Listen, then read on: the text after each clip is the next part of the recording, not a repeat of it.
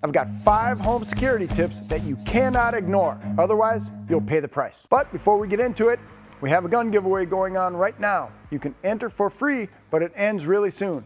So click the link in the description below to reveal which brand new gun you could win. All right, here we go with 5 most important things you can do to make sure you are safe around the home. We'll have more checklists as well, but this one just focuses on things you should do to stay safe around your home. If you have a home security system, use it all the time. Set the alarm when you leave and even when you get home. The alarm system might scare away a burglar when you are not home, but it will certainly alert you to someone trying to break in your home when you are there. You bought it, so use it. If you move into a new home or apartment, change all the locks immediately. First day, second day, as soon as you can. Think about it this way. Somebody has a key to those locks. The best way to make sure that all your doors are secure is to make sure each one has a new key the day you move in. This is not expensive, and any good locksmith can do it in very short order. Number 3, never, never, never hide a spare key. Somebody will find that spare key, and in the worst case scenario, they will have open access while you are home. There is only one sure way to avoid this. Stop hiding a key.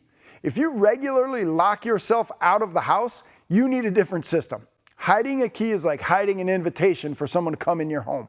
They will find it. Number 4, take your phone with you when you work out in the yard. You never know when you are going to need to call for help. It might not even involve a crime. You might get injured or fall down or need to summon help for some other reason. It's always a good idea to have that phone handy and with you. Finally, lock your doors. This sounds simple, but you must remember to lock every exterior door you pass through when you pass through it. Coming home from work? Lock your door after you go into your house. Going out to work? In the yard? Lock the door when you walk out. Opportunistic criminals will often just walk up to a door and try it to see if it opens.